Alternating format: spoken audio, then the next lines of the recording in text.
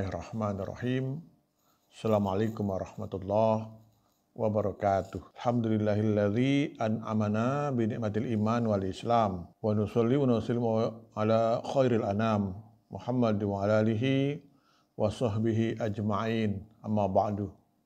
Pendengar yang berbahagia, Islam telah mengatur segala aspek kehidupan manusia secara umum dalam Al-Quran ataupun hadis. Salah satunya yaitu berkenaan atau mengenai tentang hukum hutang dan piutang. Hutang diatur dalam Islam karena memang merupakan salah satu sektor kecil dalam urusan ekonomi umat. Hutang juga bukan saja dilakukan oleh orang yang tidak mampu, namun juga kalau kita perhatikan dilakukan juga oleh orang yang mampu atau memiliki banyak harta.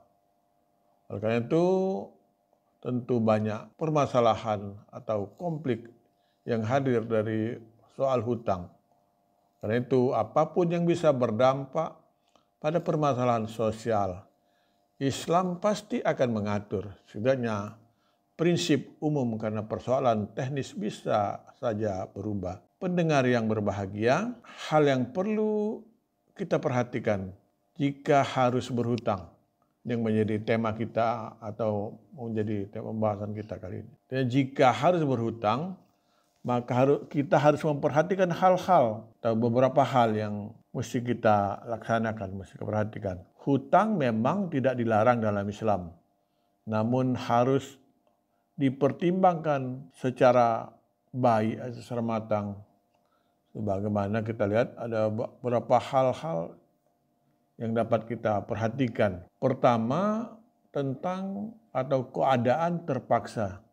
Hutang diperbolehkan jika memang dalam kondisi yang terpaksa, terutama untuk kebutuhan mendesak atau kebutuhan pokok yang sangat dibutuhkan. Usahakan untuk tidak berhutang untuk kebutuhan konsumtif atau kebutuhan sekunder atau tersier. Pastikan dan hitung terlebih dahulu serta tentukan apakah kita benar-benar mampu membayarnya di kemudian hari agar hutang lebih rasional. Yang kedua, jika harus berhutang, niatkanlah untuk membayarnya. Pendengar berbahagia, jika harus berhutang, maka niatkanlah untuk segera membayarnya. Jangan sampai kita terjebak pada hutang dan menunda-nunda sampai akhirnya sampai akhirnya ada godaan untuk tidak membayarnya. Dalam sebuah hadis dari Imam Bukhari, dari Abu Hurairah, ia berkata bahwa Rasulullah bersabda, barang siapa yang mengambil harta orang lain atau berhutang dengan tujuan untuk membuatnya atau mengembalikannya, maka Allah SWT akan tunaikan untuknya. Dan barang siapa yang mengambilnya untuk menghabiskannya atau tidak melunasinya, maka Allah akan membinasakannya. Yang ketiga, transaksi yang tertulis atau harus tertulis. Usahakan dalam setiap transaksi hutang piutang, maka harus ada saksi dan juga bukti tertulis. Hal ini agar tidak terdapat konflik atau permasalahan di waktu yang akan datang. Misalnya kita tidak mengakui hutang, tidak merasa berhutang, atau hal-hal lain yang membuat hutang gagal dibayar. Yang keempat adalah hindari riba. Riba adalah salah satu cara pengembangan harta yang diharamkan oleh Islam. Jangan sampai kita terjebak oleh riba.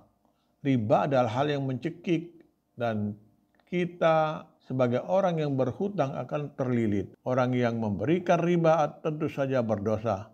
Tapi juga jangan lupa bahwa keputusan untuk berhutang atau tidak ada dalam diri kita sendiri. Hindarilah dan jangan sampai terjebak olehnya. Yang kelima, segera lunasi hutang. Rasulullah bersabda, menunda pembayaran bagi orang yang mampu merupakan suatu kezaliman. Hadis riwayat Imam Bukhari. Pendengar yang berbahagia, untuk itu sebelum kita menjadi orang-orang yang zalim, maka segera lunasi hutang kita. Apalagi jika kita memiliki kemampuan dan harta yang mumpuni untuk segera membayar hutang. Jangan tunda dan jangan biarkan hutang menumpuk dalam hidup kita. Bagaimanapun hutang adalah beban yang harus tanggung dan diselesaikan. Pendengar yang berbahagia, tentu mari kita berdoa kepada Allah, mohon rezeki yang berkah agar apa yang menjadi tanggung jawab kita dapat kita selesaikan dengan baik, sesuai dengan amanah dan perjanjian dengan pemberi hutang. Salah satu rezeki yang berkah akan terbuka salah satunya dengan bersedekah.